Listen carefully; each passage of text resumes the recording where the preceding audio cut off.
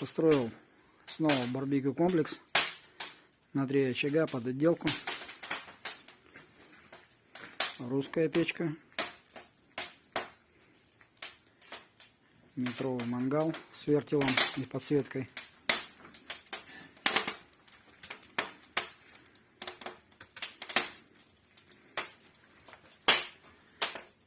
Печь под казан.